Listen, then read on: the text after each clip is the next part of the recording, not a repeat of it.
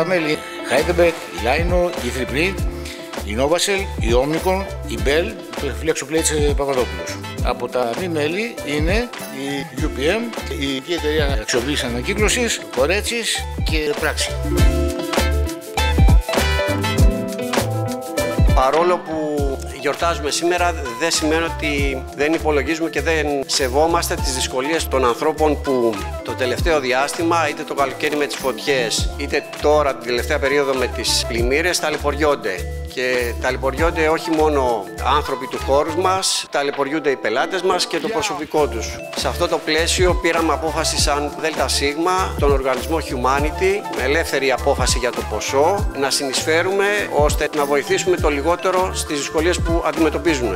Πρόσφατα ασχολούμαστε με την προσθετική κατασκευή, πιο γνωστή ως 3D printing. Δραστηριοποιούμαστε σε όλη την νοτιοανατολική Ευρώπη. Παραμένουμε μια ελληνική οικογενειακή εταιρεία και ξεκινώντας από το 1997 κλείνουμε φέτος ουσιαστικά 25 χρόνια παραμονής. Σαν όραμα έχουμε να προσφέρουμε ένα πλήρες πακέτο υπηρεσιών και προϊόντων στη βιομηχανία εκτύπωσης και συσκευασίας και να καλύψουμε πλήρως την Ελλάδα, την Κύπρο, την Τουρκία και τις βαλκανικές χώρες.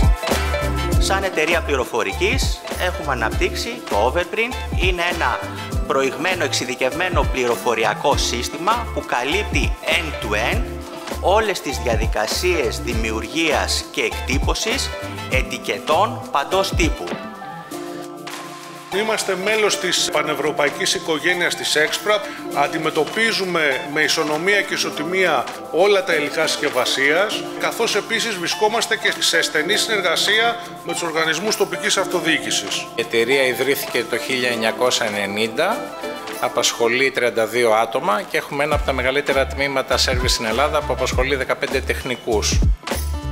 Αυτό που λέω βέβαια στους φοιτητές μου ότι δεν μπορούν καθηγητές του 20ου αιώνα να διδάσκουν σε φοιτητές του 21ου αιώνα ύλη του 19ου αιώνα. Χρειάζεται ένα upgrade, πνευματικό, σωματικό, αισθηματικό, διανοητικό και ηθικό. Η εκπαίδευση δεν είναι πλέον πολυτέλεια, δεν είναι ούτε καν επιλογή, είναι ανάγκη επιβίωση. Και όπως έλεγε ο Walt Disney, δεν είναι δύσκολο να αποφασίζεις αν γνωρίζεις ποιες είναι οι αξίες σου.